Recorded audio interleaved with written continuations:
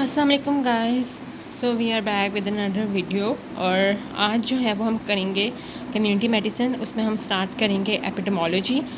इस जो सीरीज़ है उसमें हम सारे के सारे जो भी सेकेंड ईयर के लेवल तक हमारे पास कम्युनिटी मेडिसिन के लेक्चर्स हैं वो हम कवर करेंगे। So let's start with epidemiology. सबसे पहले हम कहते हैं कि हमारे पास जो एपिडेमोलॉजी है वो हमारे पास क्या है। ठीक है, एपिडेमोलॉजी हम कहते हैं हमारे पास स्टडी है of frequency, distribution and determinants of health related states in a specific population. कि कोई भी हमारे पास जो डिजीज़ है वो एक स्पेसिफिक पॉपुलेशन के अंदर उसकी फ्रीक्वेंसी क्या है। फ्रीक्वेंसी हमारे पास क्या होती है? Frequency refers to how often a disease occur, कि उनको कितनी दफ़ा ये हमारे पास डिजीज़ हो रहा है, कितना ऑफनली आ रहा है, यानी हमारे पास वहाँ पे डेली जो है उसके कितने केसेस आ रहे हैं। ठीक है, कितना हमारे पास लोगों को वहाँ पे डिजीज़ हो रहा है। फिर हम कहते हैं डिस्ट्रीब्यूशन। डिस्ट्रीब्यूशन के हमारे पास डिजीज़ हमारे पास जो है वो किस तरीके से स्प्रेड किस तरीके से हो रहा है, कि कौन से लोग हैं जो उस डिज़ीज़ से ज़्यादा इफेक्ट हो रहे हैं। बच्चे इफेक्ट हो रहे हैं या ओल्ड पेशेंट इफेक्ट हो रहे हैं। ठीक है, मेल्स हो रहे हैं, फीमेल्स हो रहे हैं। डिजीज़ हो कहाँ रहा है? रूरल एरिया में हो रहा है, अर्बन एरिया में हो रहा है, या और कब हो रहा है। ठीक है, कि कौन से कोई सीजनल कहीं तो नहीं है। जैसे बिलफर्ज हम जैसे कह रहे होते हैं कि हमारे पास जो है वो फ्लू हो रहा होता है लोगों को, तो वो मेनली कहाँ हो रहा होता है कि हमारे पास सर्दियों के मौसम में अगर बिलफर्ज हो रहा है तो हम कहते हैं कि अच्छा नहीं, हमारे पास सीजनल जो है वो उसको मसला चल रहा है। तो when it's happen where disease occurs में हम बिलफर्ज हम ऐसे कह रहे हैं कि हमारे पास जो है वो गांव के इलाकों में ज़्यादा ये डिज़ीज़ हो रहा है। जैसे हम कह सकते हैं कि हमारे पास डायरिया बहुत ज़्यादा वहाँ पर हो रहा है, तो हम उसका निकाल सकते हैं, उससे हम जो है वो ये डिटर्मिनेंट्स निकाल सकते हैं। डिटर्मिनेंट्स हमारे पास क्या है कि रिस्क फैक्टर्स क्या हैं। डिजीज़ हमारे पास क्या था कि डायरिया है, अब उसके रिस्क फैक्टर्स हम ये इससे निकाल सकते हैं कि वेयर डिजीज़ अकर। हमें लगा गाँव में हो रहा है, अच्छा गाँव है, पुअर हाइजीन हमारे पास मसला हो सकता है, हमारे पास कंटेमिनेटेड वाटर एक मसला हो सकता है। तो ये डिफरेंट हमने क्या निकाले, इसके डिटर्मिनेंट्स निकाले, यानी ऐसे कौन से रिस्क फैक्टर हैं जिनकी वजह से एक डिजीज़ हो रहा है। तो इस सब की स्टडी को, और ये भी कि डिजीज़ फ्रीक्वेंसी हमने पहली बात की कि कितना ऑफनली हो रहा है, कि अगर 100 बच्चे हैं तो उसमें से क्या 90 बच्चों को ही डायरिया है, या 10 बच्चों को डायरिया है, या जो ये 10 बच्चे हैं उनकी हमारे पास क्या मतलब रूटीन क्या है, वो हैंड वॉश कर रहे हैं या नहीं कर रहे, या ये जो पानी पी रहे हैं क्या सब सेम ही पानी पी रहे हैं। So that's all the study जो हम कर रहे हैं किसी भी डिजीज़ से रिलेटेड किसी भी एक स्पेसिफिक पॉपुलेशन के अंदर, we call it the epidemiology. और साथ ही मैंने आप लोगों को इसके जो हैं वो कंपोनेंट्स भी क्लियर कर दिए हैं, frequency, distribution and the determinants. Now we move towards the aims of the epidemiology, कि हमारे पास उसका एम क्या होता है कि हम डिस्क्राइब करें distribution and magnitude of health and disease problems. कि वो हमने पहले ही बात की कि किस तरीके से हमारे पास जो कोई भी डिजीज़ है वो किस तरीके से हमारे पास डिस्ट्रीब्यूट हुआ है। ठीक है, कौन इफेक्ट है, कहाँ है, कब हो रहा है, और मैग्नीट्यूड हमारे पास क्या है कि कितना हमारे पास ज़्यादा है। फिर हमारे पास हम कहते हैं हमारे पास इसका एक एपिडेमोलॉजी का एक एम ये भी है कि आइडेंटिफाई करें रिस्क फैक्टर्स, यानी वही बात कि हमारे पास ऐसे कौन से डिटर्मिनेंट्स हैं जो कि हमारे पास किसी भी डिजीज़ की पैथोजेनेसिस में आ रहे हैं, और एक ऐसा हम डाटा प्रोवाइड कर दें जो कि हमारे पास प्लानिंग या इम्प्लीमेंटेशन हम उसकी करें उस डाटा की, ताकि जो भी डिजीज़ हमारे पास फैल रहा है, बिल्कुल डायरिया ही है, तो उसकी प्रिवेंशन, कंट्रोल या हम ट्रीटमेंट कर सकें। अब प्रिवेंशन में हमारे यही है कि हम अच्छे से हैंड वॉश करें, हाइजीन अपनी बेहतर करें, या हम कंट्रोल है तो हम पानी वहाँ साफ़ लेकर जाएं। तो ये डिफरेंट हमारे पास जो है वो डाटा जब हमें मिल जाता है कि अच्छा ये हमारे पास के डिटर्मिनेंट्स है, हम इन डिटर्मिनेंट्स को प्रिवेंट कर सकते हैं। या अगर बिलफर्ज कोई हमारे पास ऐसा डिज़ीज़ है या फ्लू वगैरह के या कोई भी हमारे पास डिज़ीज़ है जो ओल्ड एज में हमारे पास ज़्यादा हो रहा है, तो हम उनको कहेंगे कि आप अपनी प्रिवेंशन करें। ठीक है, तो जैसे हमारे पास कोविड था, कोविड हम कहते हैं कि हमारे पास यहाँ पे ओल्ड पेशेंट को ज़्यादा होता है या वो सर्वाइव नहीं कर पाते हैं, तो उस पर हम क्या कहते हैं, उन पर हमारे पास जो है वो हम कहते हैं कि आप लोग ज़्यादा प्रिवेंशन करें, आप लोग ज़्यादा अपना जो है वो ख्याल रखें। तो ये हमारे पास जो है ना वो एम्स होता है हमारे पास ऑफ द एपिडेमोलॉजी। अब हम कहते हैं हमारे पास यूजेस में क्या से आता है। यूजेस में हम कहते हैं फर्स्ट हमारे पास होता है to study history of the disease. अब हिस्ट्री ऑफ अ डिजीज़ हम किस तरह से कर सकते हैं, जैसे बिलफर्ज के हमारे पास ये डिजीज़ है, अगर हमें एपिडेमोलॉजिकल स्टडीज़ बिलफर्ज पहले हुई हुई हैं, 10 साल पहले हमारे पास हुई हैं, अगर अब हम जानना चाहें तो हम पता लग सकते हैं। जैसे बिलफर्ज टीबी है, तो टीबी हमारे पास हम पता लग सकते हैं कि अच्छा ये यहाँ से हमारे पास आया, या हमारे पास जो है वो पहले कैसे लोगों को इफ़ेक्ट कर रहा था, उसमें किस तरीके से हमारे पास की पूरी थी पैथोजेनेसिस क्या थी। ठीक है, इसके अलावा हम जैसे कोविड है, कोविड में हम देख सकते हैं कि अच्छा नहीं, हमें अब पहले एपिडेमोलॉजी सारी हो चुकी हुई है, तो अब हमें पता लगता है कि अच्छा नहीं, पहले इतने केसेस आ रहे थे, इतने लोग इससे मर सकते हैं अप्रॉक्सीमेटली। तो ये सारी हमारे पास जो हिस्ट्री ऑफ द डिजीज़ है वो हमारे पास आता है। अब हमें अगर आज दोबारा अल्लाह ना करे कोविड आ रहा है तो हमें पता लग रहा है कि अच्छा इसके ये हमारे पास रिस्क फैक्टर्स थे, क्योंकि हमने पहले ही एपिडेमोलॉजिकल स्टडीज़ की हुई थी, ठीक है। अब हमारे पास हम कहते हैं फिर अब कम्युनिटी डायग्नोसिस में हमारे पास क्या होता है, community diagnosis it refers to the identification and quantification of health problems, कि हम हेल्थ प्रॉब्लम्स को आइडेंटिफाई करें और क्वांटिफाई करें कि अच्छा कितनी हमारे पास हेल्थ प्रॉब्लम हमारे पास यहाँ पे हो रही है, ठीक है।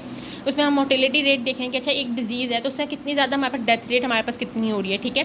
उसमें से इलनेस हमारे पास कितनी हो रही है, ठीक है। और या क्वान्टिफिकेशन हो रही है तो उसमें फिर हम अपनी जो है वो प्रायोरिटीज़ फिर इस हिसाब से, जब एपिडेमोलॉजी हमें ये इन्फॉर्मेशन दे देती है तो फिर हम अपनी प्रायोरिटीज सेट कर लेते हैं डिजीज़ कंट्रोल के अंदर कि अच्छा नहीं, अगर ये एक डिजीज़ है वो हमारे पास अगर ज़्यादा डेथ्स करवा रही है तो हमें पहले उसको कंट्रोल करना चाहिए, उसकी हमारे पास पहले ट्रीटमेंट करनी चाहिए। ऐसे पर तो डिजीज़ जो कि इतनी हमारे पास जो है वो उसमें मॉर्बिडिटी नहीं है, ठीक है। तो ये हमारे पास सारी जो है वो उसमें हमारे पास हेल्प करी होती है। फिर हमारे पास होती है planning and the evaluation. Planning हम कहते हैं हमारे पास बहुत ज़्यादा एसेंशियल होती है, क्योंकि हमारे पास ऐसा हमें पता है कि हमारे पास जो है वो लिमिटेड रिसोर्सेज हैं हमारे पास अपने हमारे हेल्थ केयर और ये इन सब के। तो हमारे पास फिर हम हेल्प करते हैं कि अच्छा इसमें एक पॉपुलेशन, दो हमारे पास बिलफर्ज पॉपुलेशन है, अगर एक पॉपुलेशन के अंदर हमारे पास ज़्यादा वो डिजीज़ फैला हुआ है, वहाँ पर लाइक 100 में से 60-70% लोग जो हैं वो हमारे पास जो हैं वो उससे इफेक्टेड हैं, तो हम पहले वहाँ पे रिसोर्सेज अपनी भेजेंगे एज़ कम्पेयर टू द लोग जहाँ पर 10 या 20% हमारे पास उस पॉपुलेशन में इफेक्टेड है। तो ये हमारे पास हमें यहाँ से हमें कैसे पता लगा कि इसमें 10% है या उसमें 60% है। So that's all about the epidemiology. Epidemiology हमें ये इन्फॉर्मेशन देगी, देन अकॉर्डिंग टू दिस हम जो है वो अपनी प्लानिंग कर सकते हैं। एवेल्यूएशन भी हम कहते हैं हमारे पास बहुत ज़्यादा इंपॉर्टेंट है कि हमारे पास हम इवेलुएट करते हैं कि अच्छा हमारे पास इसकी फ्रीक्वेंसी हम जो दे रहे हैं, बिलफर्ज हम कोई भी मेडिसिन दे रहे हैं या हम कोई भी जो भी लाइक अगर डायरिया है तो उसमें अगर हमने कहा कि नहीं आप लोग हैंड वॉश करें, आप लोग पानी हमने चेंज किया वहाँ पे, तो उसकी इवेलुएट भी करें कि क्या जो हम मतलब ले रहे हैं मेजर्स हम ले रहे हैं उसका कुछ इफेक्टिव है, वो इफेक्टिव है रिड्यूस करने में फ्रीक्वेंसी ऑफ द डिजीज़ या नहीं है। तो इससे फिर हमें पता लगता है कि अच्छा नहीं, अगर वो इफेक्टिव है तो वेल एंड गुड, अगर वो इफेक्टिव नहीं है तो फिर हमारे पास क्या होता है कि हम दूसरे मेजर्स को जो है वो देखना शुरू करेंगे। तो ये इन्फॉर्मेशन जो हमारे पास मिल रही है हमें कि इफेक्टिव है कि नहीं है, वो ऑल अबाउट द एपिडेमोलॉजी, क्योंकि हम वो अब पूरा फॉलो अप करते हैं जब हमारे पास वो भी चीज़ आ रही है, ठीक है। फिर हम कहते हैं हमारे पास evaluation of individual risk and chances. अब इसमें हमारे पास क्या हो रहा होता है कि एपिडेमोलॉजिस्ट होता है वो कोई भी स्टेटमेंट बना सकता है about the degree of a risk in a population. यानी बिलफर्ज हमारे पास स्मोकर एंड नॉन स्मोकर है, ठीक है, तो उसमें वो हमारे पास बता सकता है कि अच्छा कोई अगर ये पॉपुलेशन है इसमें बहुत ज़्यादा लोग स्मोक कर सकते हैं तो इसमें हमारे पास लंग कैंसर के चांसेस ज़्यादा हो जाएंगे। या कोई ऐसी पॉपुलेशन है जो बहुत ज़्यादा एक ऑयली फूड खा रही है, सेडेंटरी लाइफस्टाइल है, तो इसमें हमारे पास कार्डियोवैस्कुलर प्रॉब्लम ज़्यादा हो जाएंगी। तो एक इंडिविजुअल उसका उस वहाँ की पॉपुलेशन में से हर एक पर्सन का एक इंडिविजुअल रिस्क है, तो वहाँ पर भी हमारे पास ये बता सकता है। या बिलफर्ज हम कहते हैं कि पाकिस्तान जो है उसमें डायबिटीज़ बहुत ज़्यादा है and Pakistan will be on number 1 इन 2025। तो इसमें एक इंडिविजुअल हर पाकिस्तानी है उसका हमारे पास रिस्क क्या हो जाता है, वो इंक्रीज़ कर जाता है कि उसको हमारे पास ज़्यादा डायबिटीज़ के चांसेस हैं। तो ये एक इस तरह से हम कहते हैं हमारे पास ये एपिडेमोलॉजी जो डाटा है वो हमारे पास इवेल्युएशन कर रहा होता है इंडिविजुअल रिस्क एंड चांसेस की भी। फिर हम कहते हैं searches completing the natural history of the disease, ठीक है। हम कहते हैं हमारे पास जो एपिडेमोलॉजिकल जब हम इन्वेस्टिगेशन कर रहे होते हैं तो हमारे पास नेचुरल हिस्ट्री हमारे पास क्या होती है कि कभी भी कोई डिजीज़ है तो वो किस तरीके से पूरा प्रोसीड करता है, यानी डिफरेंट स्टेजेस क्या है। पहले हमारे पास डिजीज़ होता है, इसका एक्सपोजर होता है, फिर वो हमारे पास कुछ देर ए सिम्टोमेटिक रहता है, यानी कोई भी हमें सिम्टम्स शो नहीं होते हैं। जैसे हमारे पास कोविड था उसमें हमारे पास पहले अच्छा हो गया लेकिन हमें 1-2 दिन इतने सिम्टम्स नहीं हुए, फिर बीच में बहुत फेयर हो जाता है जिसमें आपको सिम्टम्स शो होने लग जाते हैं। फिर उसके बाद कुछ लोग होते हैं लाइक जिनकी बिल्कुल ठीक हो जाते हैं, लेकिन कुछ हैं जिनकी हमारे पास डेथ हो रही थी या इलनेस वर्स हो रही थी। तो इस नेचुरल हिस्ट्री ऑफ डिजीज़ को भी हमारे पास एपिडेमोलॉजी करती है कि अच्छा हमारे पास ये नेचुरल हिस्ट्री थी, अब हम उसके अंदर जो है वो डिफरेंट हमने जो है वो मेजर्स लिए, ठीक है, क्या हमने उनको मेडिसिन वगैरह दी, तो उसमें हम एपिडेमोलॉजी में ये कर सकते हैं कि अच्छा इस पेशेंट को हमने ये थी तो ये था, अगर हम दूसरे को दे रहे हैं तो उससे हमारे पास क्या फ़ायदा आ रहा है, ठीक है। फिर हम कहते हैं हमारे पास सर्च करते हैं causes and the risk factors. हम इस एपिडेमोलॉजी में हमने पहले ही कहा कि हमारे पास कौन से ऐसे रिस्क फैक्टर हैं जो कि ये डिजीज़ करवा रहे हैं, ठीक है। अगर किसी पॉपुलेशन में बहुत ज़्यादा डिजीज़ फैल रहा है तो हम ये देखेंगे कि अच्छा उसमें ऐसा क्या चीज़ है जिसमें डिजीज़ बहुत ज़्यादा फैल रहा है, ठीक है। जैसे बिलफर्ज अगर हम कहेंगे एक पॉपुलेशन है और उसमें बहुत ज़्यादा लंग कैंसर हमारे पास वहाँ से रिपोर्ट हो रहे हैं, जब हमने फिर उसमें स्टडी करेंगे तो हमें पता लगेगा कि अच्छा नहीं, ये हमारे पास एक ऐसे एरिया के अंदर रह रहे हैं जहाँ पे बहुत ज़्यादा फैक्ट्रीज़ हैं या बहुत ज़्यादा पोल्यूटेड एरिया है, ठीक है, वहाँ पे स्मोक्स बहुत ज़्यादा है, तो हम उसका एक रिस्क फैक्टर ये चीज़ निकाल सकते हैं। ठीक है, तो यहाँ से हम कहते हैं कि इसके थ्रू हमें जो है वो कॉजेज़ और हमारे पास रिस्क फैक्टर जो है वो हमें देखने को मिल रहे होते हैं।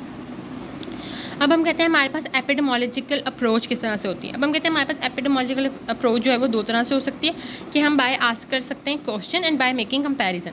सबसे पहले अगर हम देखें आस्किंग क्वेश्चन में, तो हम कहते हैं हमारे पास दो तरह के हम क्वेश्चन करे होते हैं related to the health events. यानी कोई भी हमारे पास प्रॉब्लम या कोई भी डिजीज़ हो गया है, तो हम ये कहते हैं कि अच्छा प्रॉब्लम क्या है, उसका कितना मैग्नीट्यूड है। बिलफर्ज हमारे पास डायरिया हो रहा है, ठीक है, लोगों को, तो हम कहते हैं कितना मैग्नीट्यूड है, यानी बहुत स्वेयर है, बहुत है, कितने लोगों को हो रहा है, अफेक्ट कौन हुआ है, बच्चे ज़्यादा इफेक्ट हुए हैं या भरे इफेक्ट हुए हैं, या मेल्स हुए हैं या फीमेल्स हुए हैं। और आपको हम पॉपुलेशन से पूछते हैं कि आपको क्यों लगता है कि किस वजह से हुआ है, तो उससे भी हमें डिफरेंट रिस्क फैक्टर्स हमें मिलने को मिल सकते हैं। फिर सेकंड टाइप के जो हम क्वेश्चन पूछते हैं कि related to the health action, कि अच्छा अब डिजीज़ हो तो गई है, ठीक है, अब हम क्या कर सकते हैं उसको रिड्यूस करने के लिए। जैसे हमें लगा अच्छा वाई डिड हैपन में हमने कुछ ऐसे निकाला कि अच्छा नहीं पुअर हाइजीन है, या हमारे पास पानी अच्छा नहीं है, कंटामिनेटेड वाटर है, या कोई ऐसा वायरल कोई चीज़ है जो कि फैली हुई है, कुछ भी, ठीक है, तो हम क्या कर सकते हैं, फिर हम कहते हैं कि ऐसा क्या हम कर सकते हैं कि हम रिड्यूस कर सकें प्रॉब्लम्स को, हम उसको फ्यूचर में प्रिवेंट कैसे कर सकते हैं कि दोबारा ये बीमारी ना हो,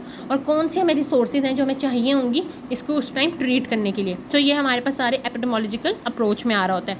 सेकेंड हो रहा होता है हमारे पास मेकिंग कंपैरिजन। कंपैरिजन में हम क्या कर रहे होते हैं कि हम जो है वो दो डिफरेंट ग्रुप्स के दरमियान में कंपैरिजन कर रहे होते हैं, वन जिसको हमारे पास डिजीज़ है और दूसरा जिसमें हमारे पास डिजीज़ नहीं है, ताकि हम ऐसे डिफरेंट रिस्क फैक्टर्स हम ढूंढ सकें इस तरह से कि ऐसा तो नहीं है कि जिन्होंने, कुछ लोग हमने ऐसे लिए जिनको डायरिया नहीं हुआ, कि हालांकि वो उसी पॉपुलेशन में रह रहे हैं, लेकिन कुछ लोग ऐसे जिनको हुआ डायरिया, तो हम फिर उसमें देख सकते हैं कि अच्छा जिन्होंने डायरिया किया वो उन्होंने कुछ ऐसा वैसा खा तो नहीं लिया, या उन्होंने कहीं बाहर से तो नहीं खाया, या उन्होंने कोई पानी क्या ये लोग सेम पी रहे हैं, या ये उनकी हेल्थ हाइजीन से रिलेटेड इनकी क्या है। तो इसमें हम फिर कंपैरिजन कर रहे होते हैं, जिसमें हमें अगर बिलफर्ज दोनों सेम ही पानी पीते हैं तो हमारे पास ये फैक्टर एक कैंसिल आउट हो जाएगा कि नहीं पानी में तो ऐसा कुछ नहीं कि दोनों सेम ही पानी पिया, अगर फिर तो नॉन डिजीज़ वालों को भी होगा। तो इस तरह से हम कंपैरिजन करते हैं और different determinants of the disease निकालते हैं।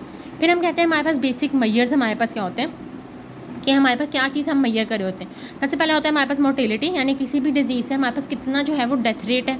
मोर्बिडिटी की हमारे पास उस डिजीज़ वजह से कितनी इलनेस है, ठीक है। डिसेबिलिटी हमारे पास कोई कॉज हो रही है अगर किसी डिजीज़ की वजह से। नेटैलिटी हमारे पास मैयर कर रहे होते हैं हम किसी भी पॉपुलेशन के अंदर के हमारे पास कितनी नंबर ऑफ़ लाइफ बर्थ्स जो हैं वो वहाँ पे हमारे पास हो रही हैं। हम मेजरमेंट कर रहे होते हैं प्रेजेंस एब्सेंस या डिस्ट्रीब्यूशन कितनी है डिजीज़ की, ठीक है। हम मेजर कर रहे होते हैं मेडिकल नीड्स की, यहाँ किसी पॉपुलेशन है तो उसमें कितनी मेडिकल नीड्स चाहिए, हेल्थ केयर सर्विसेज कितनी चाहिए। ऑफकोर्स वो जैसे हम देखें कि हम किसी रूरल एरिया के अंदर वो हमें ज़्यादा चाहिए होंगे as compared to the urban areas, ठीक है। तो वो ये सारी हम वहाँ पे जब स्टडीज़ वगैरह कर रहे होते हैं तो हमें फिर यहाँ से पता लग रहा होता है कि अच्छा इस पॉपुलेशन में ये इतना ये इतना ये इतना, ठीक है। फिर हम कहते हैं हमारे पास जो बेसिक रिक्वायरमेंट्स हैं मेजरमेंट करने के लिए वो हमारे पास है validity, reliability, accuracy, sensitivity and specificity. अब अगर इसको हम करें तो वैलिडिटी हमारे पास ये हो रहा होता है कि हमारे पास जो है वो कोई भी अगर हम चीज़ कर रहे हैं तो वो कितनी वैलिड है, कितनी हमारे पास ठीक से हो रही है। जैसे भी फर्स्ट हम कहते हैं कि अगर हमने कोई एक नई डायबिटीज़ को चेक करने के लिए, यानी ब्लड शुगर लेवल को चेक करने के लिए हमने कोई नई मशीन तैयार की या कोई भी नया इंस्ट्रूमेंट तैयार किया, तो अब हम उसको चेक करें अगर बिलफर्ज अगर हम वो टेस्ट जो है वो चेक कर रहे हैं तो फिर हम उसमें वैलिडिटी देख रहे होते हैं